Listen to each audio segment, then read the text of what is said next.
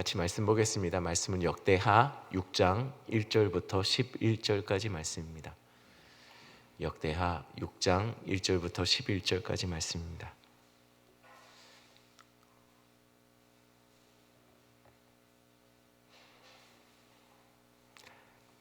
저와 여러분들 한 절씩 교독하겠습니다. 역대하 6장 1절부터 11절까지 말씀 제가 먼저 읽습니다.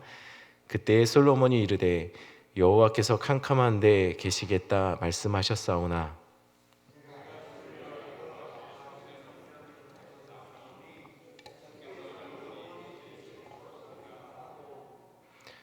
얼굴을 돌려 이스라엘 온 회중을 위하여 축복하니 그때 이스라엘의 온 회중이 서 있더라.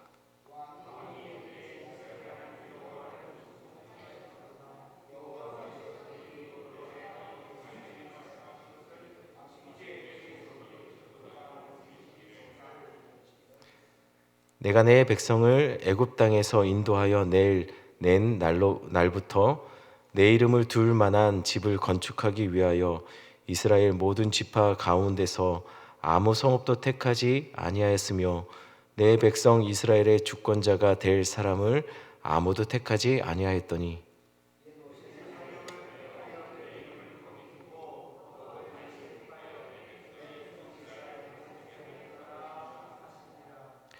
내 아버지 다윗이 이스라엘의 하나님 여호와의 이름을 위하여 성전을 건축할 마음이 있었더니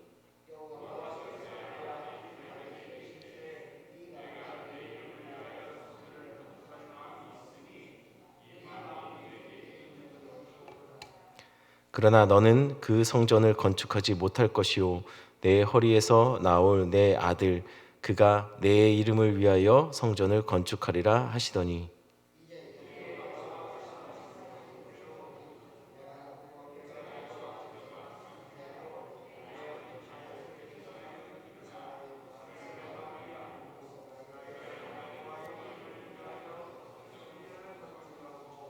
함께 있습니다.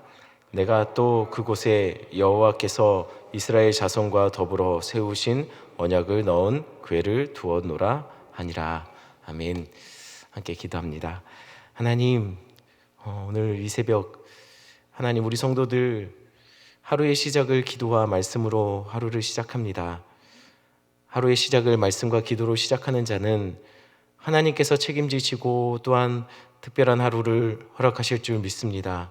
하나님, 오늘 하루가 정말 주님 앞에 온전히 송두리째 드려지는 하루 되게 주님 도와주시고 순간순간 우리의 생각, 우리의 의지보다 하나님 말씀이 기준이 되어 우리가 정직하게 하나님 앞에 엎드려지고 주님의 뜻에 순복하는 하루 되게 주님 도와주시옵소서.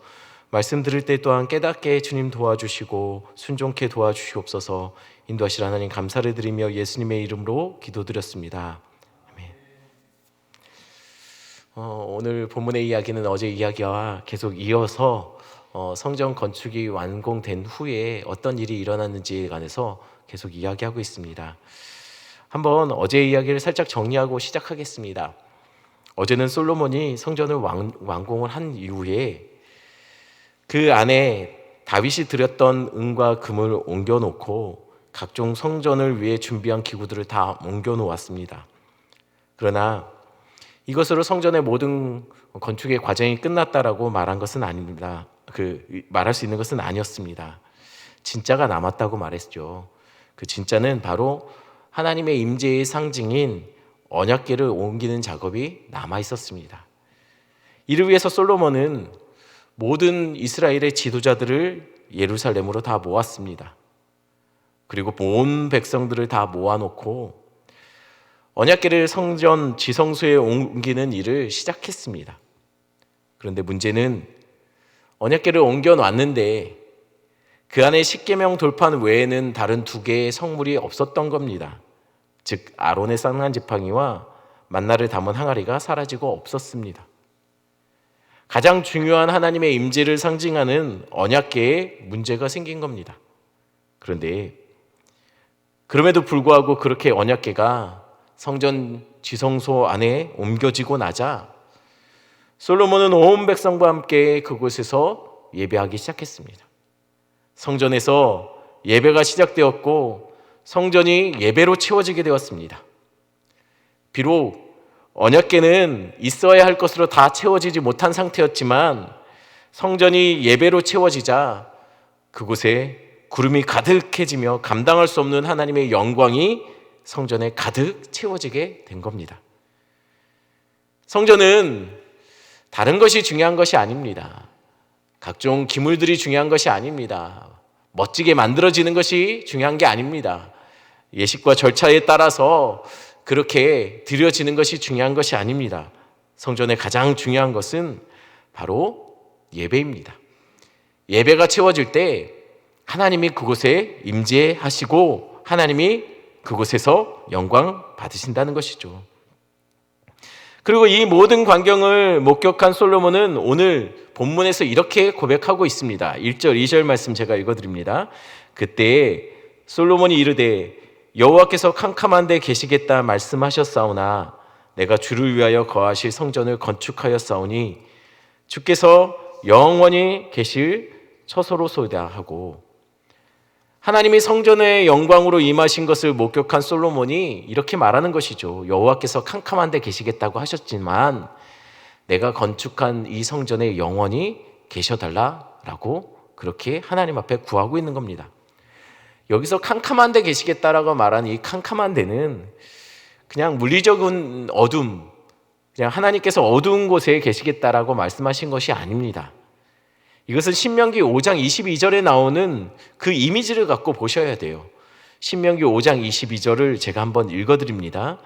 5장 22절입니다. 여호와께서 이 모든 말씀을 산 위에 불 가운데 구름 가운데 흑암 가운데서 큰 음성으로 너희 총회에 이르신 후에 더 말씀하지 아니하시고 그것을 두 돌판에 써서 내게 주셨느니라. 이 구절은 이스라엘 백성들이 시내산에 모여서 하나님과 언약 맺을 때, 그때 모세가 시내산에 올라가서 언약을 받을 때, 십계명 두 돌판을 받을 때 어떤 일이 있었는지 모세가 이스라엘 백성들을 모아놓고 이야기를 해주는 장면입니다. 그럼 언약을 세우실 때 어떤 일이 있었습니까? 이스라엘 백성들이 모두 시내산 주변에 둘러 있었습니다. 시내산 위에는 불이 가득했고 구름이 가득했고 흑암 속에서 하나님의 큰 음성이 들리기 시작했죠. 이 모습의 백성들은 감히 시내산의 근처에 다가서지 못하고 두려워서 엎드려져 있었습니다. 하나님 앞에 감히 설 수 없었던 거예요. 즉 시내산이 구름으로 가득하고 흑암 가운데 하나님이 그곳에 계셨다는 것을 누구도 알 수 있었다는 거예요. 그곳은 이스라엘 백성들에게 두려움과 감히 다가설 수 없는 거룩함의 상징과 같은 곳이었어요. 이스라엘 백성들은 그곳을 넘어설 수 없었습니다. 하나님이 계시는 곳이라 생각했기 때문이에요. 바로 이런 하나님이 어두운 곳에 계시겠다 하셨다라는 말씀은 바로 이런 이미지예요. 감히 이스라엘 백성들이 넘어설 수 없는 경외의 공간, 감히 하나님 앞에 다가설 수 없는 그 두려움의 장소, 영광의 장소, 감히 내가 감당할 수 없기에 지금 오늘 본문에서는 하나님이 계시겠다 한 그 장소를 캄캄한 곳이라고 말하지만 이거는 물리적인 어둠을 말하는 것이 아니라는 거예요. 우리가 알 수 없는, 우리가 도대체 헤아릴 수 없는 그 번접할 수 없는 공간, 거룩의 공간, 경외의 장소를 말한다라는 것이죠. 그런데 솔로몬은 성전에 가득한 하나님의 임재의 영광을 보고 나서 이렇게 고백합니다. 2절 제가 다시 읽어드립니다. 내가 주를 위하여 거하실 성전을 건축하였사오니 주께서 영원히 계실 처소로소이다 하고, 내가 주님을 위해서 성전을 건축했으니 하나님 여기 계셔달라는 거예요. 하나님 어두운 데 계셔야겠지만 감히 우리가 담을 수 없고 번접할 수 없는 하나님 그 공간에 계셔야 맞지만 하나님 지금 우리가 성전을 건축했으니 주님 이곳에 계셔달라고 부탁하고 있는 거예요. 그리고 나서 이번에는 솔로몬은 백성들을 향해서 돌아섰습니다. 그리고 3, 4절에 보면 백성들을 향해서 이렇게 외치는 거죠. 3절은 제가 읽고 4절은 여러분들이 읽겠습니다. 3절 제가 먼저 읽습니다. 얼굴을 돌려 이스라엘 온 회중을 위하여 축복하니 그때에 이스라엘의 온 회중이 서 있더라.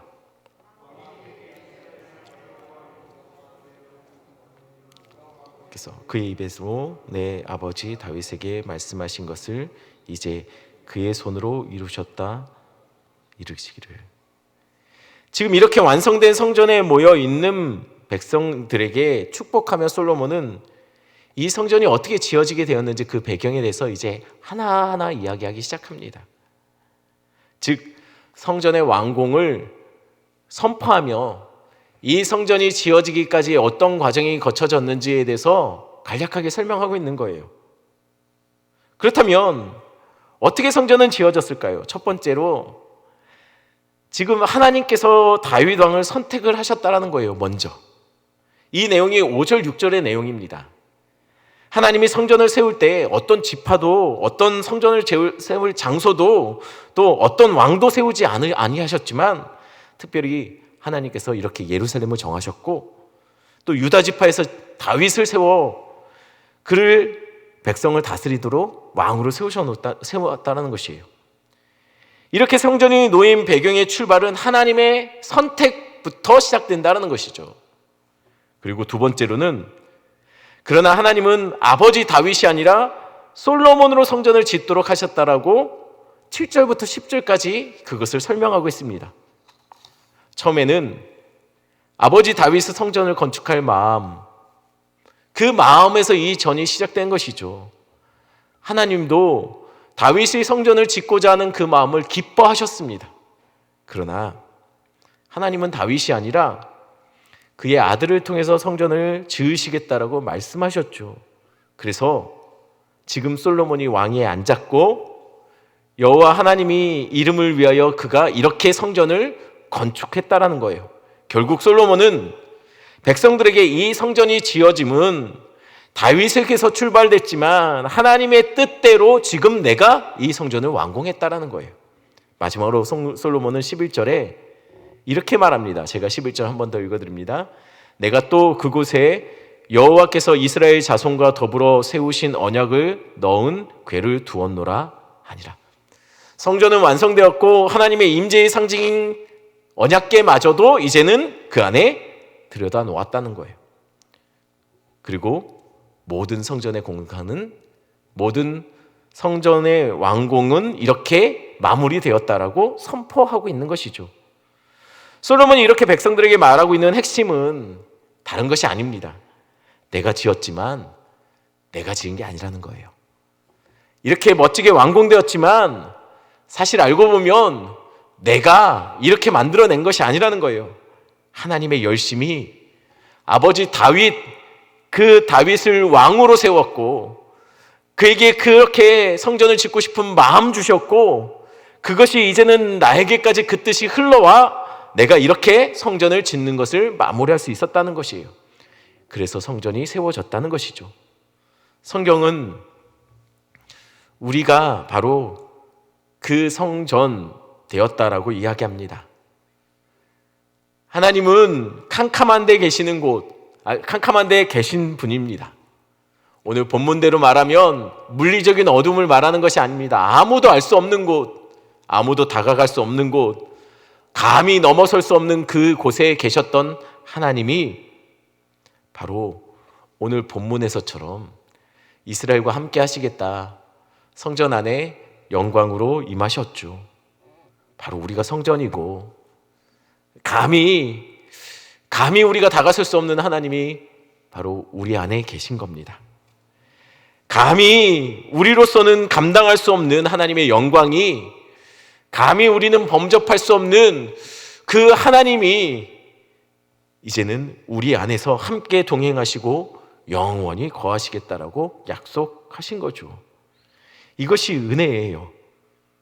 우리가 믿어서가 아닙니다. 우리가 다른 사람들보다 좀 특별하게 살아서가 아닙니다. 우리가 자격이 되어서 그런 것이 아닙니다.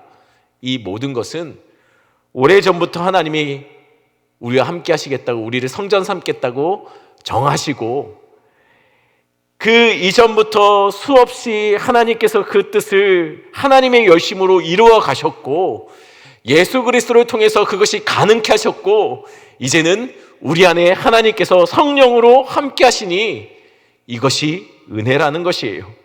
그래서 우리가 감히 하나님의 임재를 경험하는 성전이 된 것이죠. 이것이 은혜입니다. 날마다 이 은혜에 사로잡혀 삶을 살아가시는 여러분 되기를 간절히 축원합니다. 이 시간 함께 기도하는 시간을 가지려고 합니다. 말씀 생각하시면서 하나님 우리 같은 자들을 성전 삼아 주셔서 함께 하신 은혜, 날마다 이 은혜에 사로잡혀 삶을 살아가는 우리 믿음의 성도들 되게 해달라고 위해서 기도해 주시고, 계속해서 기도하실 것은 우리 원로 목사님 하나님 품에 보내드리고 남겨진 유가족들과 성도들 안에 하나님께서 위로해달라고, 또 여러 가지 건강의 문제로 어려움 당하고 있는 우리 성도들, 경제적인 문제로 어려움 당하고 있는 여러 가지 성도들의 어려움들 하나님 살펴달라고, 또한 수능이 얼마 남지 않았습니다. 수험생들을 위해서 하나님 담대한 마음 주시고 남은 기간 동안 시간의 양을 질로 바꿔 쓸 수 있는 수험생들 되게 해달라고, 꼭 봐야 될 것들, 챙겨야 될 것들 잘 챙겨서 놓치지 않도록 남겨진 시간들 잘 활용할 수 있는 수험생들 되게 해달라고, 지혜 달라고, 특별히 무엇보다도 좋은 성적 받지만 좋은 결과 얻게 되기를 기도하지만, 그것보다 적어도 하나님 안에서 어떤 환경에 놓이더라도 흔들리지 않는 믿음 갖는 우리 수험생들 되게 해달라고 위해서 기도해 주시고요. 계속해서 앞에 띄워놓은 기도 제목들 가지고 기도하시고, 특별히 나라와 민족을 위해서 계속 기도해 주시면 감사하겠습니다. 함께 기도하시고 각자 가지고 오신 기도 제목 가지고 기도하시다가 자유롭게 돌아가시면 되겠습니다. 함께 기도합니다.